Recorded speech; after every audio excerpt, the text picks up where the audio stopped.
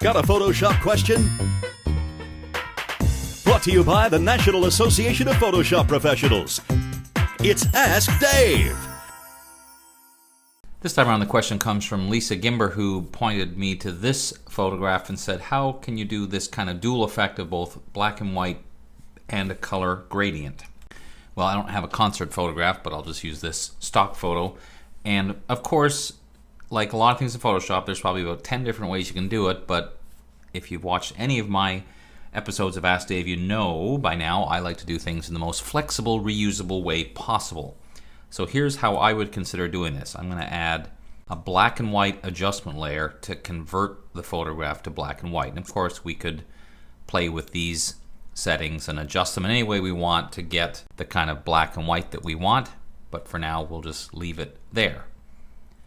Then I would go to the color picker and choose the color I want to use for my overlay. Now you're not going to see it other than here. So in other words, I'll pick the color here, click OK, and it's going to look like it's gray because that's just because we're on this black and white adjustment layer.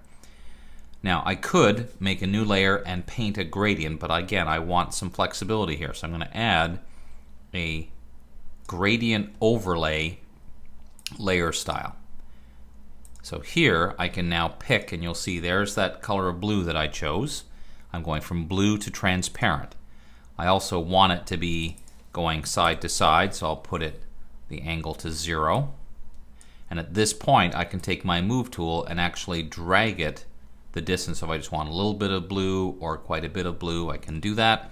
And I can even change the blend mode inside here to something like multiply or overlay just to get it on the image. I think I like the look of the multiply mode a little better. And then click OK. Now the reason again for doing it this way is we have two things we can now adjust.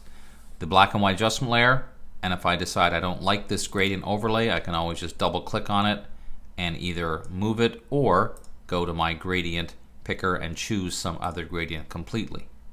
Now here's an added bonus, and the reason why I try to come up with techniques that use this flexible, reusable method. Now we decide we have a whole series of photographs we want to have this same look. All I have to do is make sure this adjustment layer with the effect is active. Take my move tool, drag up the other document, wait till it changes, switch it over, and then that effect is instantly applied there. However, I can again still edit it. So if I want to have less of a gradient or more, all very editable and reusable. Ask your short Photoshop question using the contact form here at Kelby TV or through Twitter at Dave Cross.